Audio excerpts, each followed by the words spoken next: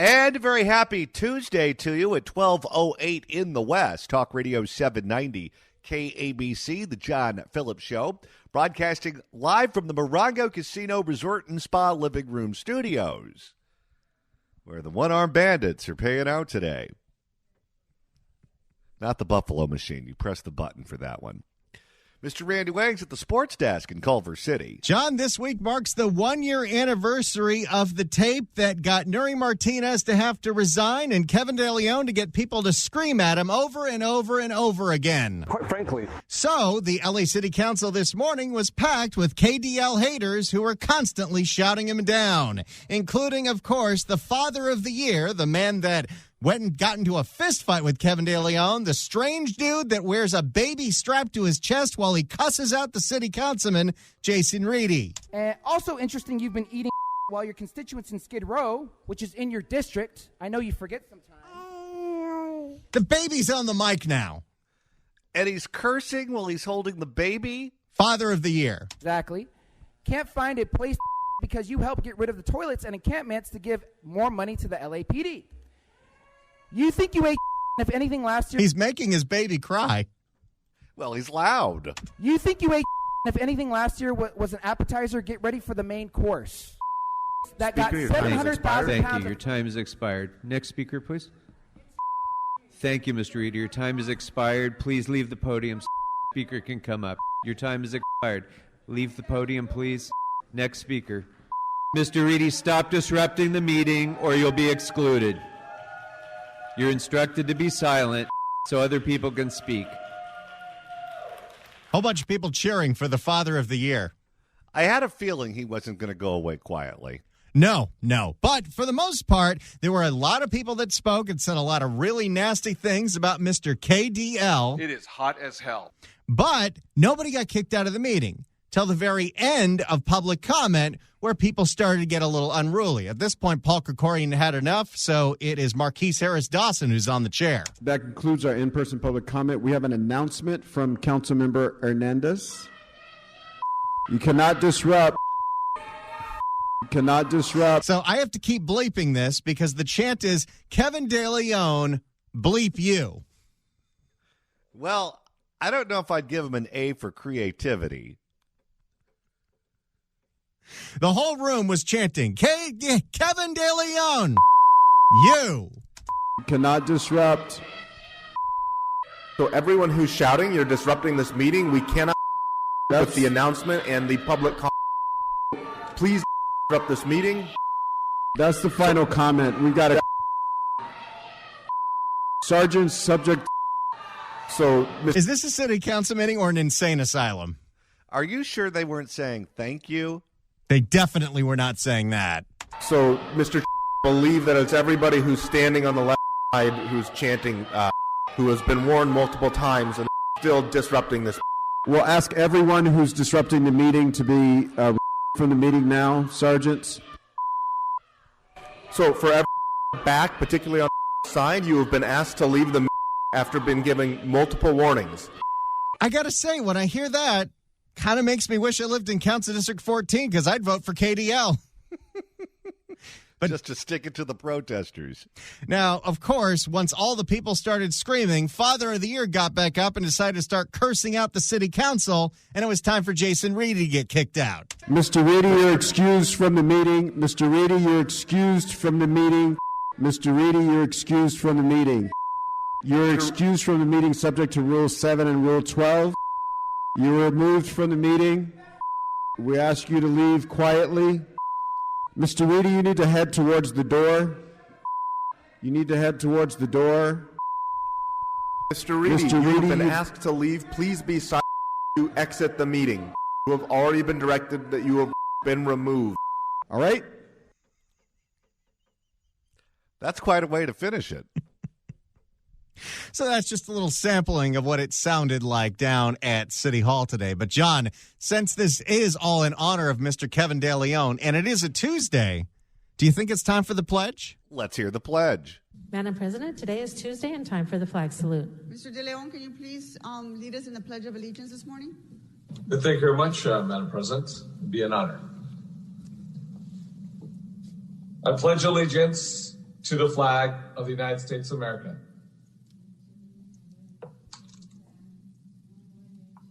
Indivisible, pledge allegiance to the flag of the United States of America. For which it stands, one nation, under God, indivisible, with liberty and justice for all.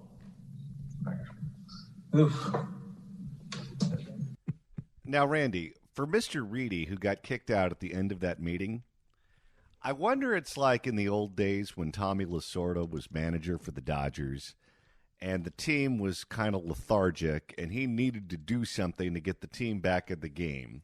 He'd waddle out on the field, get right in the face of an umpire when the umpire blew a call, and let the umpire have it, get right in his face, scream and yell and kick dirt and stomp his feet and the whole bit, get thrown out of the game, get the crowd involved in the game, and hopefully get his team back in the game.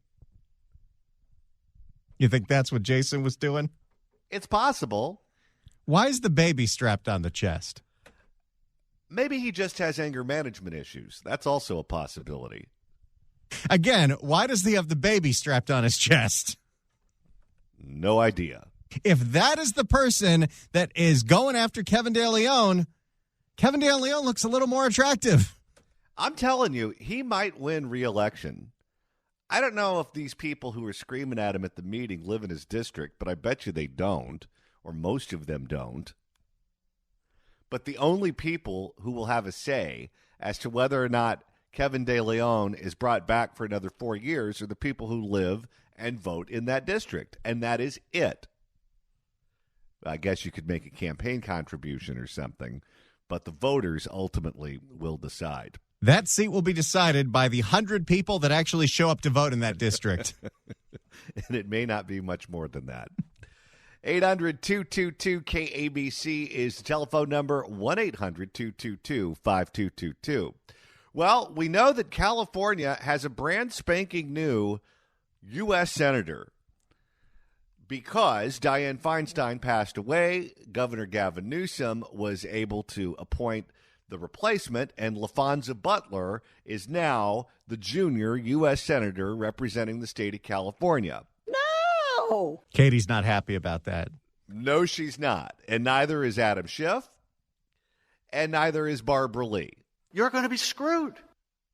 None of them are happy about the fact that there is now an incumbent who may or may not run for a full term. Quite frankly.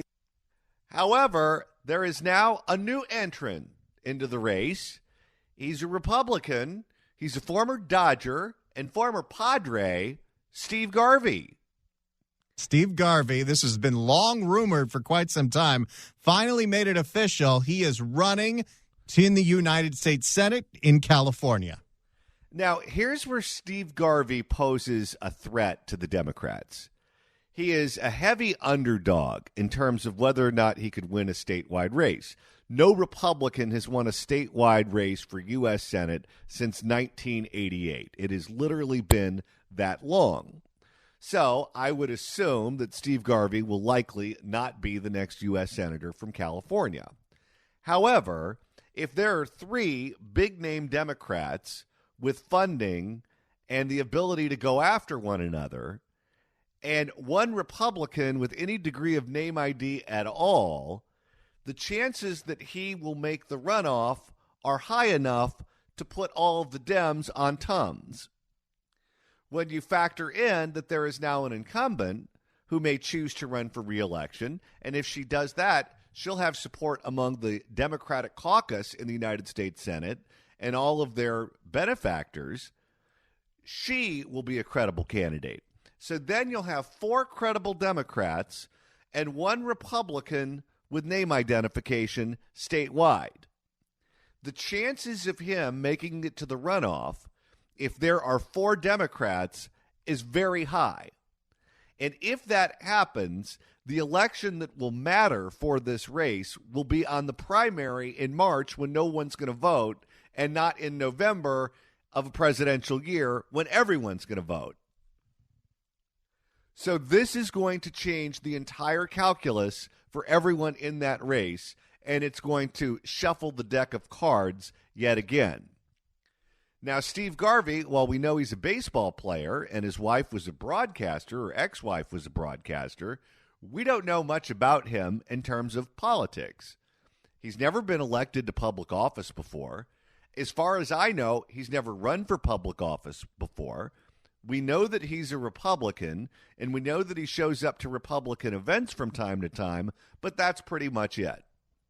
But, Randy, he did a sit-down with Fox 11's Alex Michelson. That's right. And one of the questions he was asked is, what would your domestic policy be if you were in the Senate? Let's see what Steve Garvey is really passionate about here. Let's start with this. What is the biggest issue for you domestically? Oh, I think it's quality of life. And when you talk about quality of life, you talk about the economy and inflation. You talk about crime on the streets. You talk about education.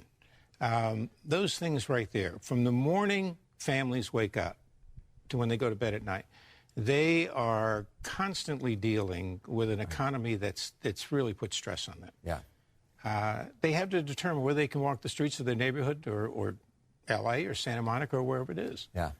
When did we ever think about having to do that? And then education. When we bring children onto this earth, our single greatest responsibility is their wellness. This is rapid fire. Biggest international issue? Oh, I think it's national defense for this country. I put that everything else is irrelevant if we can't protect the borders of our country. All right. Sounds pretty good to me so far. Talked about crime, talked about the border.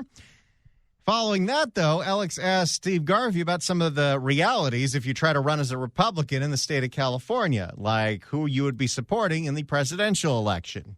When people hear Republican, they think Donald Trump. He's the Republican frontrunner right now. Do you support Donald Trump for president? Well, you and I have talked. My race is the single most difficult in America. And every day when I get up, it's 24/7 focusing on this race. When I get a ballot. Notice how it's his first day in the political sphere, and he's already learned the word focused on. Boy, they teach him fast. I wonder who he's paying. When I get a ballot for the general election next year, I'll look at who's on the ballot, and I'll choose the person I think is best suited for the job. Did you vote for him the previous two times? The first two times I did. Yeah. What about another big issue, abortion rights? Are you pro-choice, pro-life? Where are you on that? The people of California have spoken, and the most important thing for a senator to do is to pledge to uphold the voice of the people, and I will do that, whether it's abortion or whatever issue that Californians have felt passionately enough to make that an issue that they believe in. Have you seen some of the things we have voted for, though? Yeah, don't take our word for it all the time there, Steve. We voted for 47 and 57. But to that point, the people of California voted against Donald Trump by like 30 points in two different elections, and yet you're still open to supporting him, right? It's a good question. Okay. Okay, you may want to rethink that answer. So if he's going to be independent-minded and listening to the voters, but ultimately, if he's running as a Republican, he has to caucus with the Republicans. Let's see what he has to say about that. In terms of just this race as a whole, because I know you say you're an independent voice, but the Senate is determined based off of parties, right? However many members determines the majority, and then the majority gets to control the committees, control the issues, everything else.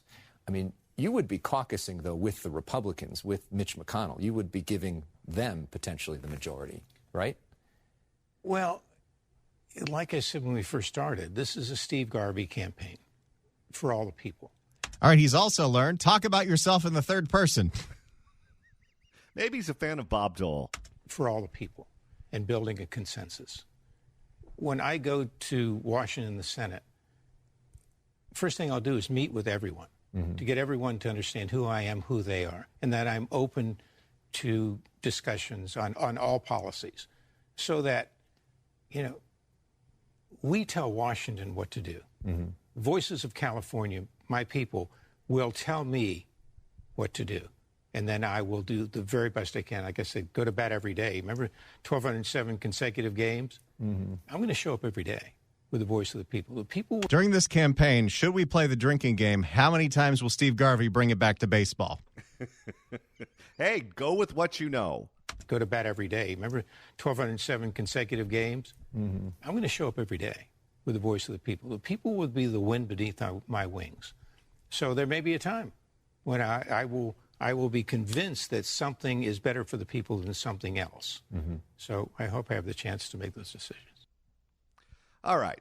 So Steve Garvey is now in the race for U.S. Senate here in the state of California as a Republican.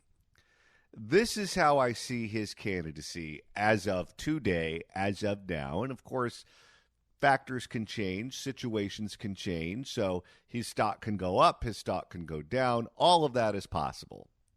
First and foremost, he's probably the most identifiable person that the Republicans have gone with in a long time in California, maybe even since Arnold Schwarzenegger.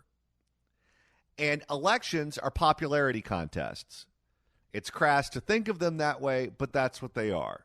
You have to get more votes than the other person, otherwise you lose. And if it's a popularity contest, what you need to do if you're a political party is find someone popular and run them. Clearly, Steve Garvey has a long history, not just in Los Angeles, playing for the Dodgers, but also in San Diego, playing for the Padres. Those are the two biggest cities in the state of California. And he has almost universal name ID in those cities among those who follow baseball. So we can start with that. He's a good-looking guy. That's point two. He looks like a U.S. senator. And I know that may sound shallow, but when you look at what candidates do well, you almost have to cast it like a movie. If you look like a governor, if you look like a senator, if you look like a district attorney, that gets you part of the way there because the voter has to visualize you in that office performing those duties. Now, what does he have against him? Well, first and foremost, he's a Republican running statewide in California. A Republican hasn't won statewide in California since 2006. That was when Arnold Schwarzenegger won re-election for governor and Steve Poizner won election for insurance commissioner. Since then, the only Republican who's come close is Lonnie Chen, who ran for controller this last time, and he came within single digits. It wasn't exactly a nail-biter, but he did well compared to the other Republicans. Republicans haven't won a U.S. Senate seat statewide in California since 1988 when Pete Wilson did it. So it's going to be hard to get beyond that Republican barrier. The second thing is he's a very famous baseball player, but he hasn't played baseball in a very long time. I don't think he's played baseball professionally since I've been alive, and I'm 43 years old. I know about him because I'm a baseball fan, and I spend a lot of time watching baseball and reading about baseball and talking about baseball. But if you're a baseball fan under the age of 40 or 50 right now, you may not even know who Steve Garvey is. The last game he played was in '87 for the Padres. Okay, so he did play when I was alive. Okay. Left the Dodgers in '82. Okay. So if you're young, you may not know who he is. So his celebrity status means nothing to you. And the third thing is, he's been a guy who's been in the tabloids at times. Doesn't he have some illegitimate kids? Didn't he stiff some people on paying bills? I don't recall the details. I don't even know if that's true. It's just something that pops into my head when I hear the name. If that is true, or if there is anything to those stories, if he actually becomes a threat at making the runoff, or in November at winning the seat, whatever skeletons he has in the closet are going to be dancing out on the front lawn. Because it doesn't matter if it's Adam Schiff or Katie Porter or LaFonza Butler or Barbara Lee, they're going to have the money to put whatever his skeletons are on television on a continuous loop. That's what voters are going to see before the election. All of that being said, I think he's the best option that Republicans have. It would be better to get a celebrity who's more current. It would be better to put someone in there like The Rock, although I don't even think he's a Republican anymore. Sully Sullenberger lives here, and he's a Republican, but I think he's drifted to the left too, based on what I've seen from him lately. So you have to have someone who is either selling movie tickets or selling sports tickets in the now, or you have to go with whoever it is that you got.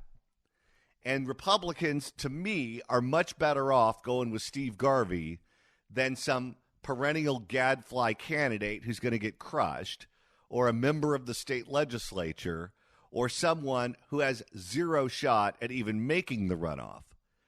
At a minimum, Steve Garvey has a chance at making the runoff. So if you start from that premise, that's better than Republicans have done in past elections. Don't forget, they were shut out when Kamala Harris first got elected. It was her and Loretta Sanchez on the November ballot. A Republican did not make it to the runoff. You had a choice between two Democrats. If Steve Garvey makes it to the November ballot, at least in November, we'll have a real choice that's not just based on personality or race, gender, ethnicity. So I like the fact that Steve Garvey is in this race. And I want to open up the phones now at 800-222-KABC, 1-800-222-5222, and get your reaction. Steve Garvey, Dodger great, is running for U.S. Senate in California. What say you? 800-222-KABC, 1-800-222-5222.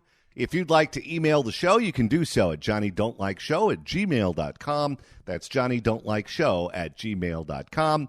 And Randy, if you want to listen to the podcast edition of this show, that is super easy to do. That's right. Go to the Apple App Store, the Android App Store, and search for KABC AM. Get the brand new KABC app. You can download it, and that way you listen live to the station whenever and wherever you are, in case you're at a place where the AM signal doesn't go. And you can download podcasts of this show. They get updated instantly. It's very easy to use on CarPlay. In fact, Kevin DeLeon calls it... It is hot as hell. Steve Garvey is running for the U.S. Senate here in California as a Republican, and he's going to be here at 2:35, so make sure you stick around for that.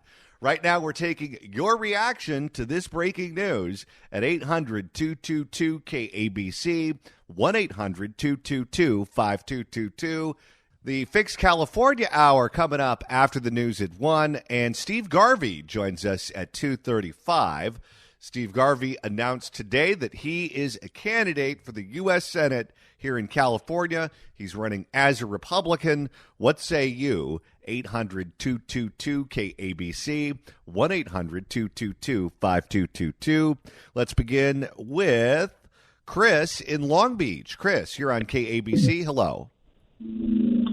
Hi, I think it's great. We definitely need a celebrity as Republicans here in California to get any headway. Looking back, I miss Arnold so bad. He was on Kimmel the other night, and he just brings people together, you know? Now, what do you think people under 40 are going to say about this? Do you think they're going to know who he is? I was going to say that kind of scares me, John, just because,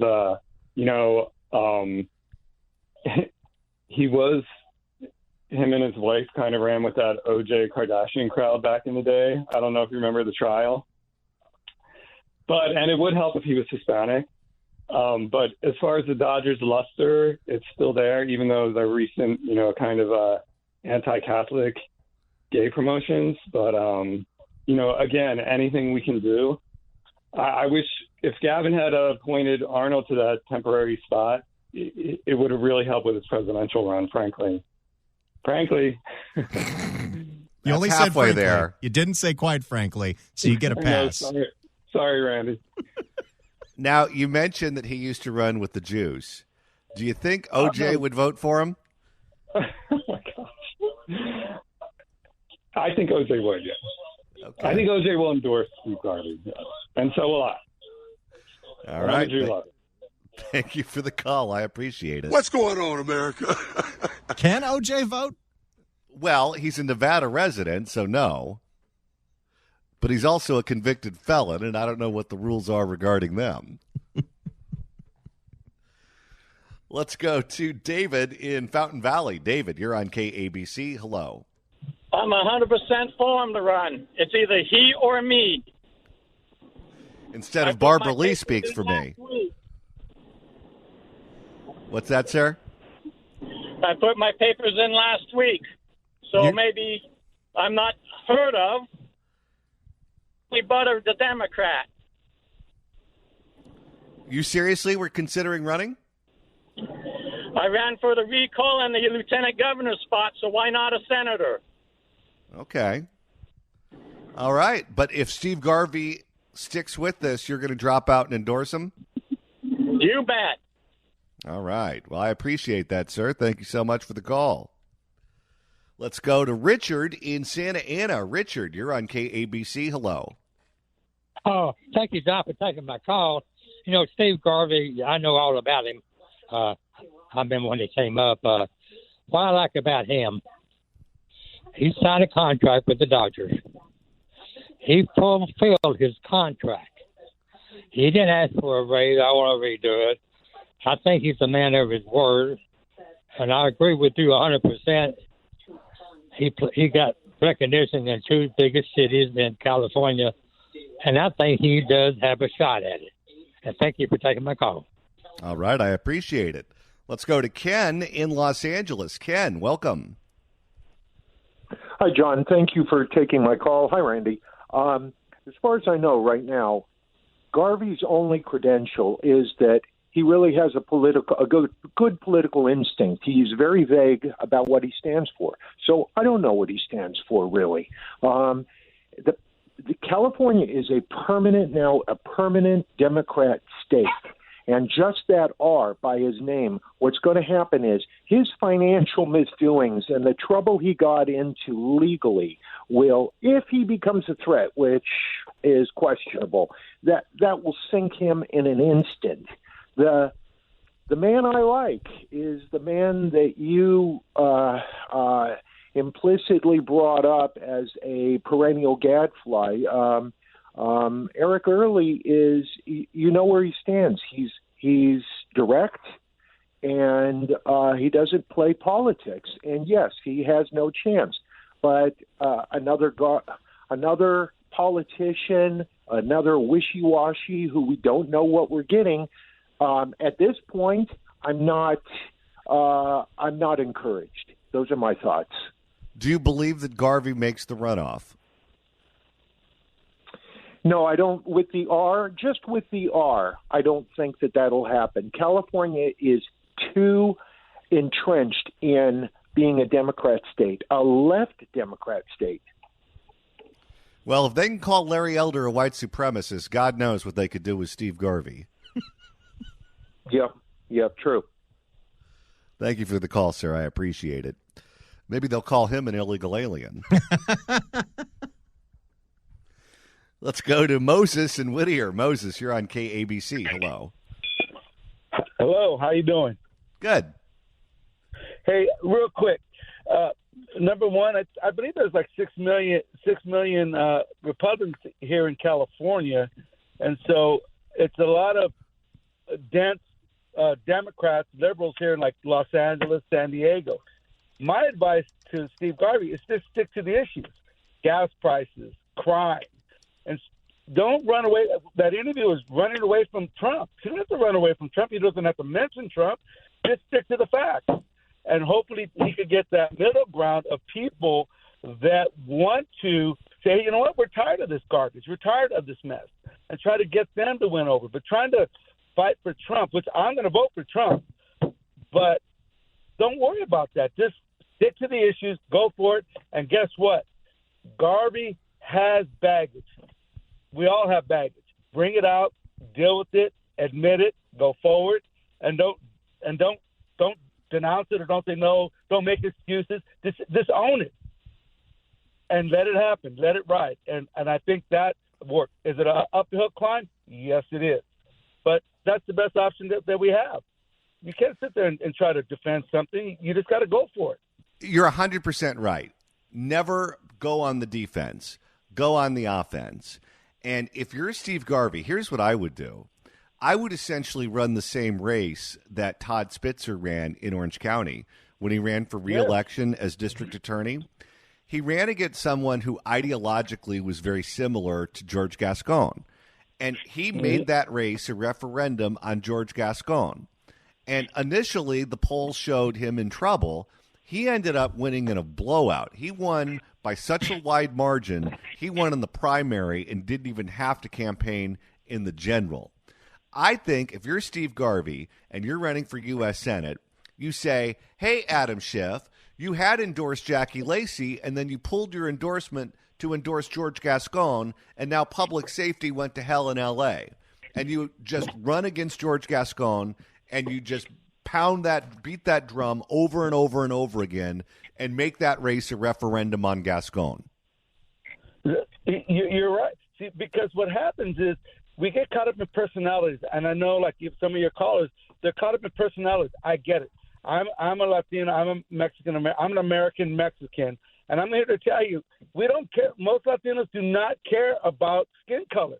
We're getting to a place where we're second, third, fourth, fifth generation here in California, where it's like, no, we're not washing dishes no more. We own the restaurants. We own the businesses. We're not cutting the lawns no more. We're owning the lawns, and we're owning the trucking businesses, the forklift places. And so we got to get that mindset right, that if we understand that Latinos, minorities care about California, not the ones that are just coming across here in the Latin community. They're called paisas. The paisas that are coming over the border, they're just running across the border. Those are the ones they're after. They're not after the ones, they can't get the ones that have already been established in the small restaurants and all that stuff. So if you stick to the facts, stick to those things, and I guarantee you a lot of Latinos, a lot of minorities remember who Steve Garvey is. I'm 59 years old. I remember Fernando Mania. Garvey was all part of that. They know who Garvey is, but he's got to stick to the facts. And he is going to get trashed. He will get trashed because that's what the left does. Remember your Larry Elder, the face of white supremacists, right? So go with it. Laugh about it. Go with it. Have a good, tough skin, and you'll be all right. All right. Thank you for the call, sir. I appreciate it. Steve Garvey is running for U.S. Senate in California as a Republican. What do you think about that? 800-222-KABC, 1-800-222-5222. Fix California Hour coming up after the news at 1. And Steve Garvey, Dodger great and candidate for U.S. Senate, joins us at 2:35. Right now, we're taking your calls at 800-222-KABC, 1-800-222-5222. Steve Garvey is in it to win it for U.S. Senate here in California. What say you? Let's go to John in Sherman Oaks. John, you're on KABC. Hello. Hi, thanks. Yeah, so Steve Garvey populated half of Southern California, so he already has an advantage with all the kids that he has. I think he's doing it as a publicity stunt. I wish he would have stuck with the Dodgers, and I really don't know what he's going to bring to the table. What about if Clayton Kershaw ran before this last game? No, Kershaw struck out. He's done for. All right, we've got a critic. Thank you for the call, sir. I appreciate it. I think he's the same guy that just emailed us, too. Because the email said, Steve Garvey has enough kids that elect him to office. Was his name John? Yes. Okay, that was the same guy. I love it. Let's go to John in Walnut. We got more Johns than a Vice Sting on this show. Hello. It's a popular name. Hey, you know what? Some of your callers worry the heck out of me. And about Steve Garvey, I think he's an excellent plan B. Running for Senate, plan A for me would have been Larry Elder. I don't know why he's running for president. He should have ran for Senate, and he would have won. Anyway, meanwhile, I've heard some of Garvey's politics through the years. He's a good conservative. You know, I'm not a big baseball guy, but, I'm voting for him. We need an R. All the Ds that are running for Senate are a bunch of morons. They're a bunch of, shoe-in idiot Democrats, typical for California, of course. But this, I just want to see an R. And I think Steve Garvey is a good R to vote for. I'm in. I'm all in. Now, what about your friends and family who are under the age of 40? Do you think they'll know who he is? Good question. Good question. I'm going to say, yeah. He's got some good name notoriety, I'd say. And under 40. Only, but that's another story. All right. Thank you for the call, sir. I appreciate it. Let's go to Sean in Los Angeles. Sean, you're on KABC. Hello. Hello, John. Hi, Randy. Hey, or John. I'm sorry. I heard from a sports agent, a scouting agent, about 10 years ago, that Steve Harvey has, or Steve Harvey. Better make sure that that's the name before you say what you're about to say. Yeah, you're right. Steve Garvey has a domestic violence issue. If I hosted the Family Feud, I'd have that problem too. With his first wife, Cindy Garvey, yeah, I don't know about his other wives, but it definitely is a spot on his record. Now, So, you said that you suspect that he may have domestic violence problems, and he's running for the U.S. Senate in California. Now, are the allegations that he dumped a boiling hot bowl of potatoes on her head? No, but I think it was a little bit worse than that. So I heard this from a scouting agent for the Dodgers years ago. Okay. So well, that's all alleged. I don't know if it's true. Yeah, it's all matters. Okay. I appreciate that, sir. Thank you. We had to cut that off a little early, Randy. Otherwise, we were going to get sued. No! Allegedly. As far as I can tell, it's not on his Wikipedia. And I'm under 40, and I barely know who Steve Garvey is. Well, you'll meet him at 2:35. You know, now that I'm to think of it, how about Steve Harvey? I'd vote for him, too. Okay, so he just got in trouble. I don't know if you saw this, but he's over in some Middle Eastern country meeting with some despot, and there's pictures of the two of them all over social media. Uh-oh. And the people who are from that country are furious. Not the people that live there. If they get furious over there about that, they'd probably be killed. But I'm talking about the people who escaped. I can look into that. I don't know what Steve Harvey's doing over there. Maybe he's a fan of the Family Feud, this guy that he's meeting with. I know Gaddafi was obsessed with Cosmopolitan magazine. He collected all of them. Hey, this is fantastic. If you Google Steve Harvey, Axios has an article, former Dodger Steve Harvey running for California Senate. Oh, Axios got it wrong, too? This is what happens when you fire your editors. Oh, my God. Well, now you know what that John Phillips in Florida, in Jacksonville, the trial attorney, who gets all my hate mail every time I go on CNN, what his life is like. Steve Harvey's meeting with some despot. Now everyone thinks he's running for Senate. Come on, Axios. All right, we've got 2 more hours coming up on the John Phillips Show. The Fix California hour is next. Don't you go anywhere. This is Talk Radio 790 KABC. I'll be back. Get out.